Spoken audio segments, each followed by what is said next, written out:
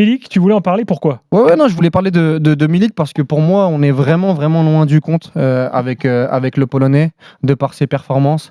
Et hier, c'était un petit peu la goutte d'eau qui a fait déborder le vase. J'ai encore été vraiment déçu de sa prestation, sa pression globale et sur le terrain et surtout aussi sur le fait qu'il était à deux doigts de prendre un deuxième jaune et de laisser ses partenaires à 10 contre 11.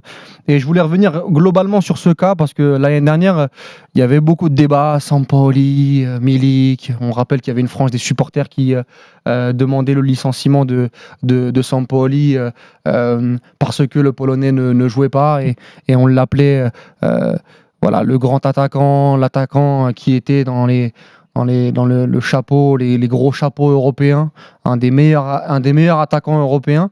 Et depuis un an... Il avait été chapeau 1 non plus. Ouais, non, pas chapeau 1, mais beaucoup en parlaient comme d'une référence, entre guillemets, chapeau 2, chapeau 3. Mais en tout cas, il n'avait rien à faire sur le banc de l'Olympique de Marseille. Et on ne comprenait pas les choix de Sampaoli. Et moi, l'année dernière, je critiquais déjà Milik. J'ai pas attendu un début de saison très très compliqué et un match contre Brest pour le dire. Mais je trouve que dans les médias, globalement, Milik, personne n'en parle. Il y a des numéros 9 à l'Olympique de Marseille qui sont pas... Les débats Payet ou Alexis Sanchez cachent les vraies performances de Milik. Non mais on en parle comme d'un très bon attaquant. De Ligue 1. C'est un peu comme Jean-Michel Aulas. On dit oui, c'était un grand président. Non, mais Longoria. À chaque fois qu'on parle de Milik, on dit. Et je te laisse terminer, excuse-moi. Oui, juste, effectivement, quand on parle de Milik, il y a toujours. C'est un grand attaquant, hein, ouais. Mais. Non, c'est un grand attaquant. Longoria l'a défendu l'année dernière. Hein. On se rappelle quand Jérôme Roten, quand Roten sans flamme était parti à Marseille en disant ses qualités, etc., son standing. On rappelle le prix de Milik. Hein. Il coûte pas mal d'argent à l'année pour l'Olympique de Marseille.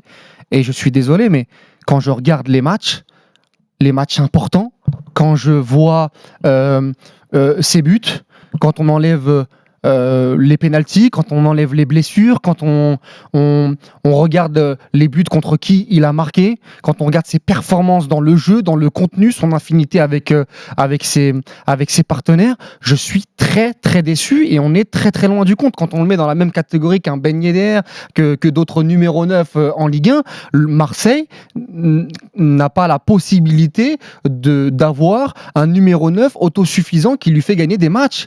Et moi je suis désolé, mais quand on voit les numéros 9 qui sont passés à l'Olympique de Marseille et ce qu'ils ont pris dans la gueule, alors je ne suis pas là pour demander un déferlement autour de Milik, mais je trouve qu'en termes de cohérence... On est trop indulgent avec lui. Mais l'indulgence... Son dernier but...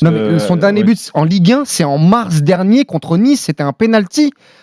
Le dernier but dans le jeu, c'était contre Brest. Mais regardez, sincèrement, les gros matchs contre le PSG, contre Lyon, quand sa rentrée contre Feyenoord, quand Payet se blesse, où on attend un buteur, mais les occasions qu'il loupe, ses contrôles ratés. Moi, je suis désolé, j'ai pas envie de faire un Milik bashing, mais moi, j'en peux plus. Et je trouve qu'on le dit pas assez.